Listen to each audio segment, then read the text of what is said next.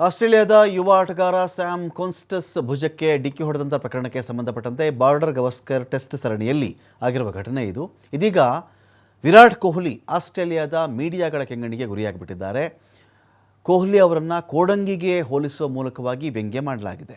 ಇದನ್ನು ಆಸ್ಟ್ರೇಲಿಯಾ ಮಾಧ್ಯಮಗಳು ಮಾಡ್ತಾ ಇವೆ. ಈ ಮೊದಲು ಆಸ್ಟ್ರೇಲಿಯಾ ಕ್ರಿಕೆಟ್ ವೀಕ್ಷಕರು ಒಂದು ಕಡೆ ಮಾಜಿ ಆಟಗಾರರು ಕೊಹ್ಲಿ ವರ್ತನೆಯನ್ನು ಖಂಡನೆ ಮಾಡಿದರು. ಇದರ ಬೆನ್ನಲ್ಲೇ ಆಸ್ಟ್ರೇಲಿಯಾ ಮಾಧ್ಯಮಗಳು ಕೂಡ ಅದನ್ನು ಅನುಸರಿಸ್ತಾ ಇವೆ. ಅವರು ಪ್ರಹಾರವನ್ನು ಮಾಡಿದ್ದಾರೆ. ಆದರೆ ಆಸ್ಟ್ರೇಲಿಯಾ ಮಾಧ್ಯಮಗಳ ನಡೆಯನ್ನು ಭಾರತದ ಮಾಜಿ ಆಟಗಾರರು ಖಂಡನೆ ಮಾಡಿದ್ದಾರೆ.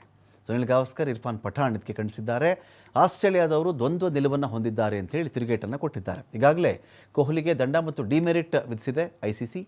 ಪಂದ್ಯ ಶುಲ್ಕದ 20% ದಂಡವನ್ನು ಕಟ್ಟಬೇಕು ಅವರು ಅಂತ ಹೇಳಲಾಗಿದೆ. ಮತ್ತೊಂದು ಕಡೆ ಮೆಲ್ಬರ್ನ್ ಕ್ರಿಕೆಟ್ ಮೈದಾನದಲ್ಲಿ ಮತ್ತೆ ಕೊಹ್ಲಿಗೆ ಕಹಿ ಅನುಭವ ಆದಂತಾಗಿದೆ. ಆಸ್ಟ್ರೇಲಿಯಾದ ಅಭಿಮಾನಿಗಳು ಕೊಹ್ಲಿ ಅವರನ್ನು ಗೇಲಿ ಮಾಡಿದ್ದಾರೆ. ತಾಳ್ಮೆ ಕಳೆದುಕೊಂಡಂಥ ಕೊಹ್ಲಿ ವಾಗ್ವಾದಕ್ಕೆ ಇಳಿದಿರುವಂಥ ಘಟನೆ ಕೂಡ ನಡೆದಿದೆ. ಔಟಾಗಿ ಪೆವಿಲಿಯನ್ಗೆ ಹೋಗಬೇಕಾದ್ರೆ ಈ ಘಟನೆ ನಡೆದಿದೆ.